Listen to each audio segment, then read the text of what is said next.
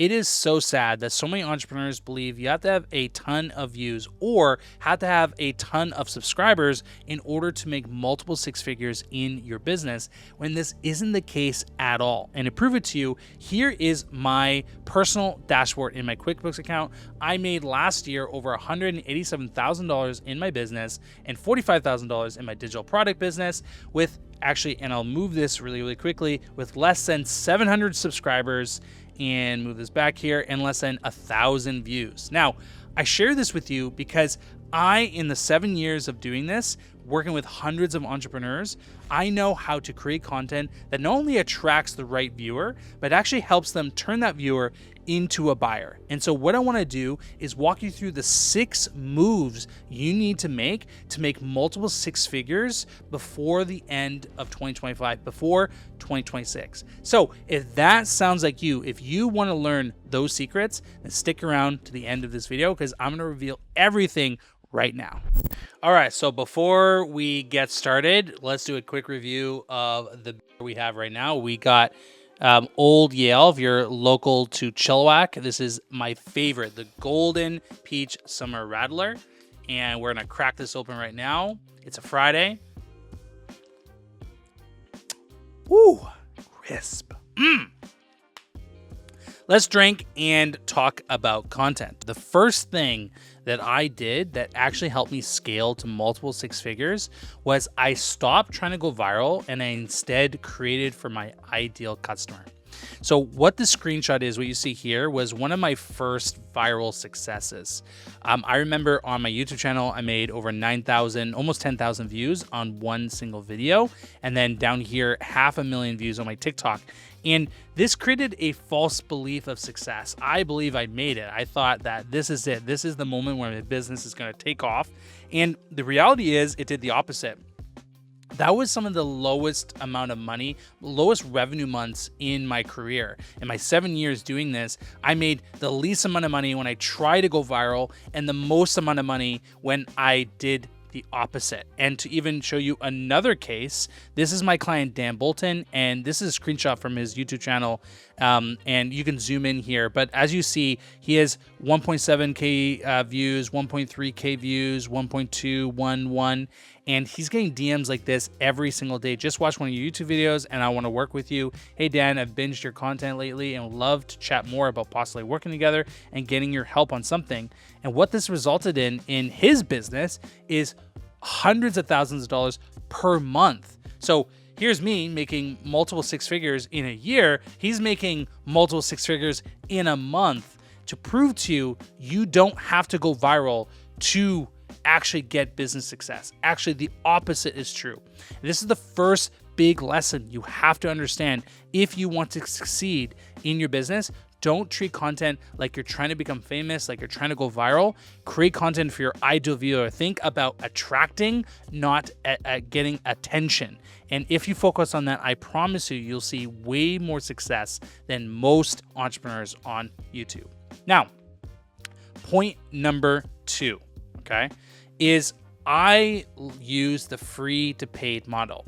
Now, in my freelance days, this is very common. So if you have never been a freelancer, I'll describe to you is you do free work and you show your expertise. You show that you can get results in the goal to get them as a client.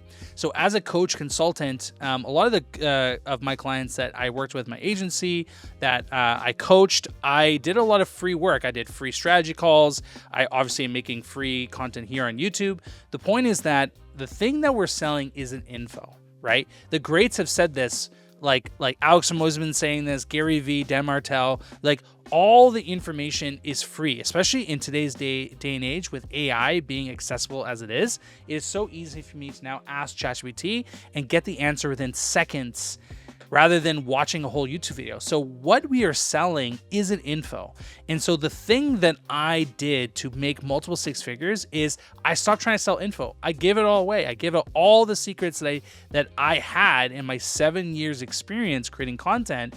And I invited people on free strategy calls and I got them results. I started a free school community, which, by the way, link in description. You can join the free community right now and you can get the secrets to the sauce that I'm spitting right now. And you can learn. And the chances are when you reach success, who are you wanting to work with if you got results from the free shit? Because if his free stuff is that good, imagine what his pay stuff is, right? That's the mentality here. This helped me open so many doors and work with huge entrepreneurs that I'll talk and I'll show you later in this video. But actually doing a free to paid model is such an easy way to get clients, and was one of the things I would still do if I had to start over this journey again. I would use that model. Okay. The third move, this is a huge one. Okay. So the third move is something I learned from a fellow creator, and they talked about, actually, I learned this in a couple different times in my journey. So the first time I learned this was from Gary Vee. He said, document, don't create, right? And this idea that we need to create something, we need to think of something and birth it. But the reality is the best content comes from just documenting, showing the thing that you're doing. And this concept really, really spoke to me because at the time, I didn't have much expertise. I was still learning about video, still learning about running a business.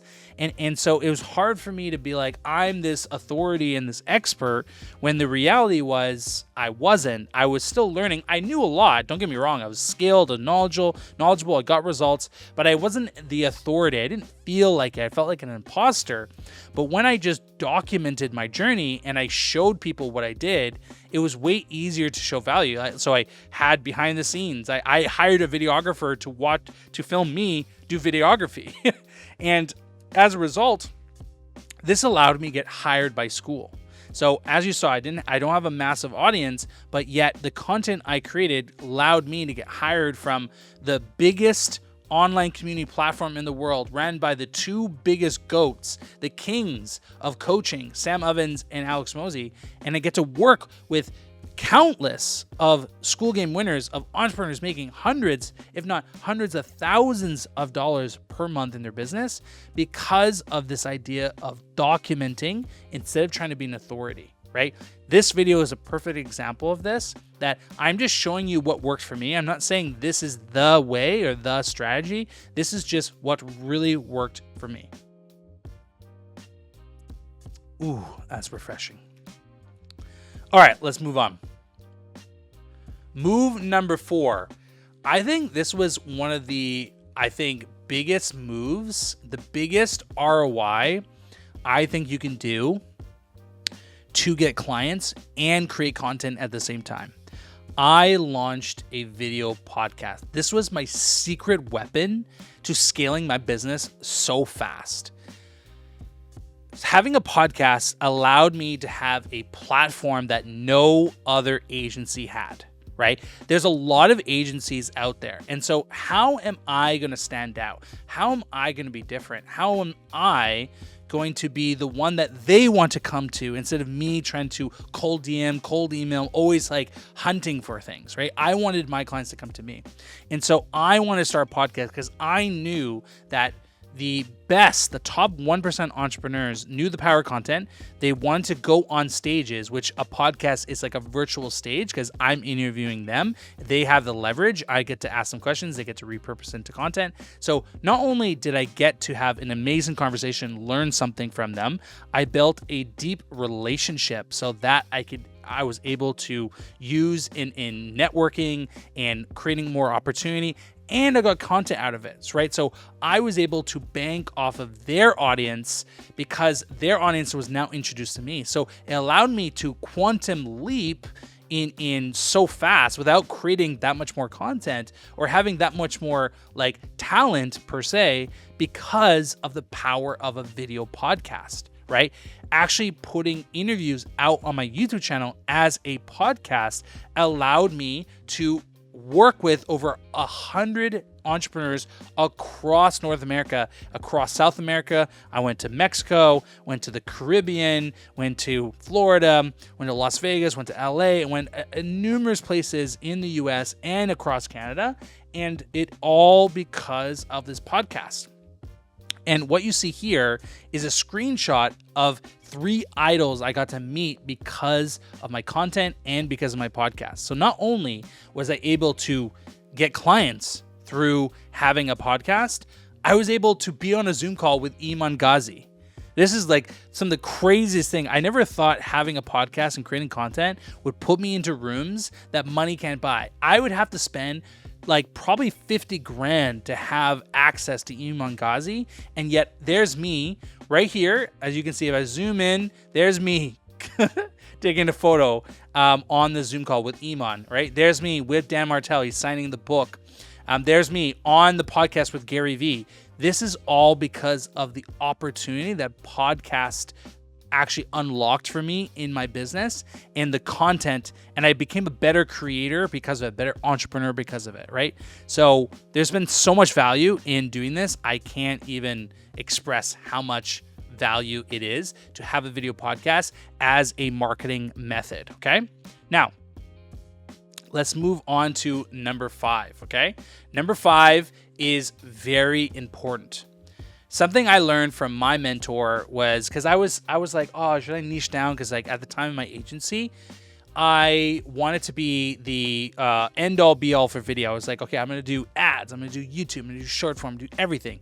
And the advice that I was always given was to niche. And that worked. Like niching down got me to 100K very quickly. But scaling past that was a little bit difficult because even niching down, it was still hard to stand out because there's a lot of agencies out there, right? A lot of coaches out there. It was really hard to stand out. The thing that I think helped me to stand out the most was my unique POV. So you've probably seen on YouTube this trend of POV, a 32 entrepreneur living in Bali, or doing business in China, or this viral trend from Daniel something, I forget his name. He started this POV trend, and the reason why this works and why I think it worked for me is because we are craving authenticity. We are craving connection. We're not craving more information. We're craving for the right person with the right message that we can connect with and build an actual community with, right? I would argue, every single client doesn't want a product or solution. They want a connection and an outcome, right? And so how we stand out in a sea of AI-powered content and everyone sounding like the same is to define your unique point of view, your POV. What this does is helps you stand out of the crowd, be the black sheep, and allow people to fall in love with your perspective and not your title or not your niche, or you're not just fitness coach, right? But you have a unique POV. And an example of this is Dan Koe. If you know of him, he's the guy that came out and said, "You are the niche." And he birthed that. And that phrase spread like wildfire because it was such a unique point of view. So many people resonated with that message. He scaled to multiple millions of dollars from that one epic video because of that unique POV. So this is hugely important when you are trying to stand out as a coach, as a consultant, as a creator, as an entrepreneur. You want to grow your business to multiple 6 figures. You have to stand out. You have to systematize your process to attracting clients. And it's extremely difficult to just hustle every single day, cold DM, cold email, prospecting. Like, it can be done. Don't get me wrong. Like, you can do it. It's just not the hard that I want to choose. The hard I want to choose is creating content, having them come to me, and defining my unique POV. That's what really, really helped me. Now, the 6th one and last one is something that's, maybe not that revolutionary, but it's very important. I did what I loved. I love making content. I love coaching people. I really enjoy it. And if someone gave me $100 million and I never had to work again, I would still be creating content and I would still be helping people. And so I was able to persevere through all the times that were really, really tough because I loved the craft. I had a passion, not just in it for profit, right? And that helped me to really, really have fun in the journey and be okay with losing money or having people upset or whatever, right? Because in business it happens. Like, this is like a business is a reflection of ourselves, right? So the challenges that you see in business is reflection of like their weaknesses and strengths. And so it is such a cool opportunity that I get to make money off of the thing I love to do.